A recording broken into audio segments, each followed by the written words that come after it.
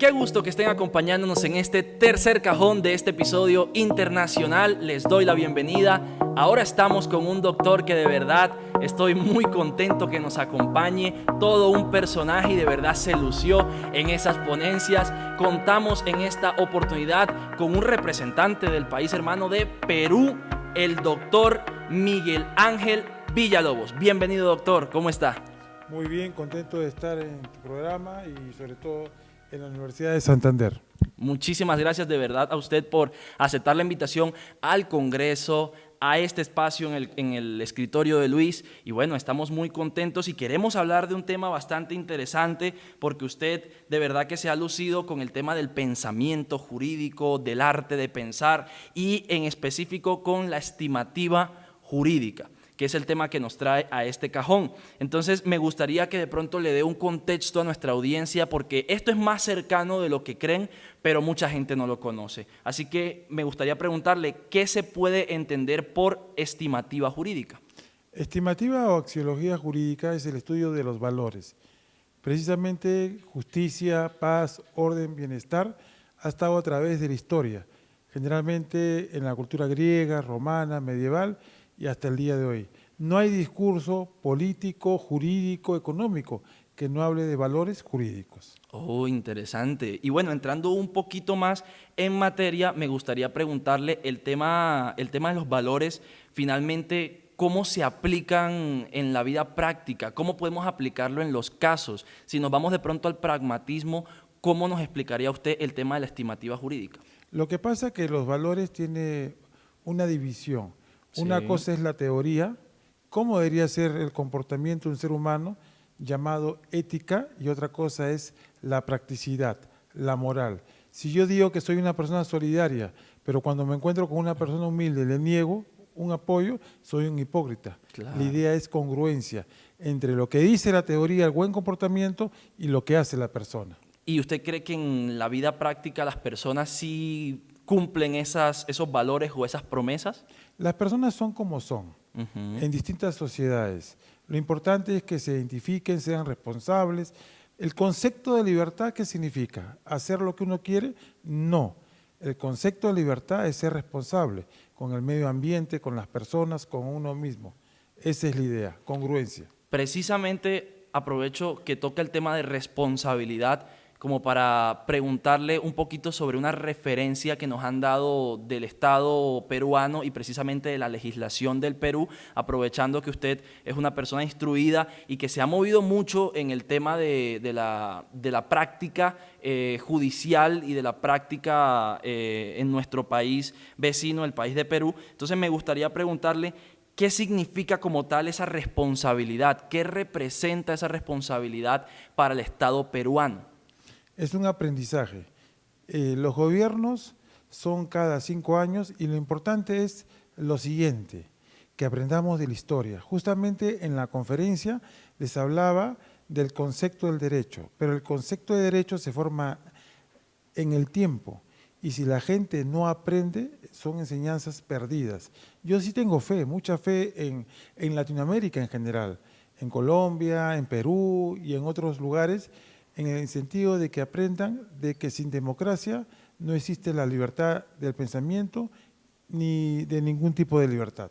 Ok, bien interesante, doctor. Entre otras cosas, hemos visto que usted se mueve mucho en redes sociales y da ciertas conferencias que pueden encontrarlas incluso.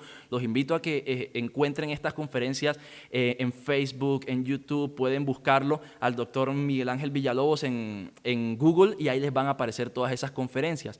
Precisamente frente a todas estas conferencias, ¿cuál destacaría usted de todas las que ha dado? ¿Cuál sería el mensaje que usted le daría precisamente a los estudiantes de la Universidad de Santander frente a la estimativa jurídica, frente a los valores y frente al pensamiento jurídico? Yo soy profesor de ética en una institución en Perú que se llama la Academia de la Magistratura. Está dedicada a jueces y fiscales. Y yo creo que una persona profesional, seria de estos tiempos, no solo debe sentirse orgulloso del conocimiento, sino también de la parte ética, el para qué, la finalidad. Yo creo que esto es una cuestión de hábito o conciencia jurídica. Eso es lo importante.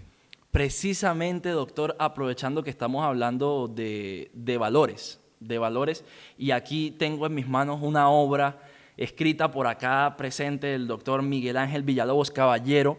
Se llama La justicia como valor supremo del derecho internacional. Me gustaría que todos pudieran ver esta obra. Contamos con el doctor acá, con el autor de este libro. Y cuéntenos un poquito, doctor, de qué trata este tema de la justicia como valor supremo del derecho internacional. Lo que pasa es que en el tema de estimativa o axiología jurídica, los valores tienen una polaridad y también tienen una jerarquía. Todos los valores dan la idea del derecho, pero si supongamos que un caso no puede ser resuelto por la ley, que es la seguridad jurídica, hay que acudir a los principios generales del derecho. ¿Dónde están los principios generales del derecho?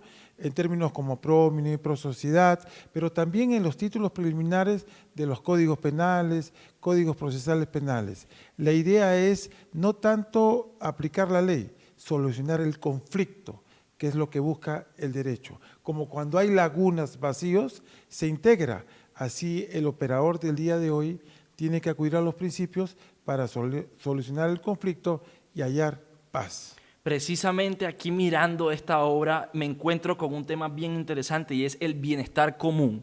Y creo que es algo que a los países les interesa muchísimo, sobre todo el Estado colombiano ahorita está pasando por un proceso, entrando en un nuevo gobierno, y quisiera aprovechar para tocar este tema del bienestar común porque precisamente nuestro presidente habla mucho de la paz total, de que va a restaurar esos canales de comunicación y que finalmente va a dar ese bienestar a la comunidad. Entonces, usted como jurista, como persona experta en el tema de la filosofía del derecho, ¿cómo podría definir ese bienestar común y cómo podría entonces proveerse a la comunidad de ese bienestar?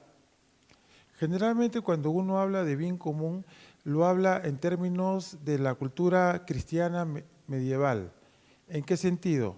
San Agustín, Santo Tomás de Aquino decía, por ejemplo, que si no se acude un Estado al bien común, es una sociedad de ladrones. No sé qué tanto coincida con otras culturas, pero yo generalmente hago reflexiones filosóficas y no políticas. Ok. ¿Por qué? Porque también sigo a Epicuro. Epicuro es un personaje en la filosofía antigua que decía, tú debes tratar de ser feliz, pero no la felicidad del hedonismo, del placer, del comer, sino la felicidad de la tranquilidad. Y le preguntaban, ¿cómo hallar la tranquilidad? Y esa sería una buena pregunta para los que quieren la política. Aléjate de la política, haz el bien, razona, haz el bien común, Claro. el bien para todos. ¿Qué es el bien para todos? Ni uno solo excluido. Claro que sí, perfecto, me parece bastante interesante lo que hemos estado tocando en estas preguntas de contenido, doctor Villalobos. Precisamente, y para cerrar también este cajón, no quiero que se me pase recomendarles entonces este libro, esta obra magnífica del doctor Miguel Ángel, La justicia como valor supremo del derecho internacional. ¿Dónde podemos encontrarlo, doctor? ¿Podemos encargarlo por internet? ¿Podemos comprarlo en librerías? ¿Cómo podemos encontrar su libro? Hay en librerías en el Perú. He dejado un ejemplar para la Facultad de Derecho, pero si ustedes se comunican conmigo, haría la forma de hacerles llegar. Claro que sí, perfecto. Muchísimas gracias, doctor, por las respuestas a estas preguntas de contenido, y quisiera que termináramos un poco enfocándonos en usted, precisamente en el entrevistado, con nuestras preguntas de sí y no. Así que estas son preguntas rápidas, usted no tiene que explicar nada, simplemente contestarnos sí o no. ¿Listo? ¿Usted ya probó la hormiga culona? Aún no, me lo han prometido para el día de mañana. Ok, perfecto.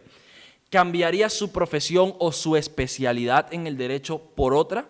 La agregaría derecho y filosofía. Perfecto, muy bien. ¿Le gustó estar en la Universidad de Santander? 100%. ¿Los estudiantes de la UDES son muy preguntones? Algunos, pero los vi muy atentos e interesados en la conferencia. Muy bien. ¿Y le gustó estar en el escritorio de Luis? Lo volvería a hacer. porque tiene muy buenas preguntas. Maravilloso, muchísimas gracias, doctor, por estar con nosotros en este episodio internacional, en este 9º episodio. De verdad, qué gusto poder cerrar este espacio tan edificante para toda la comunidad con una persona tan experta como usted.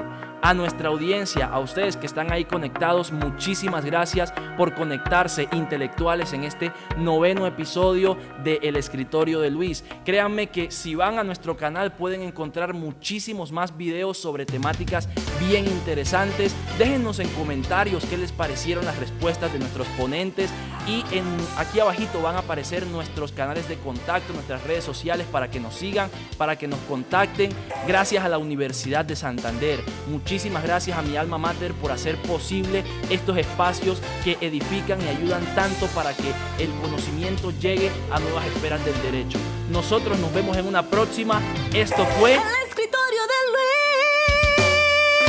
Con Luis Sandoval. Chao, chao, chao, chao, chao, chao, chao.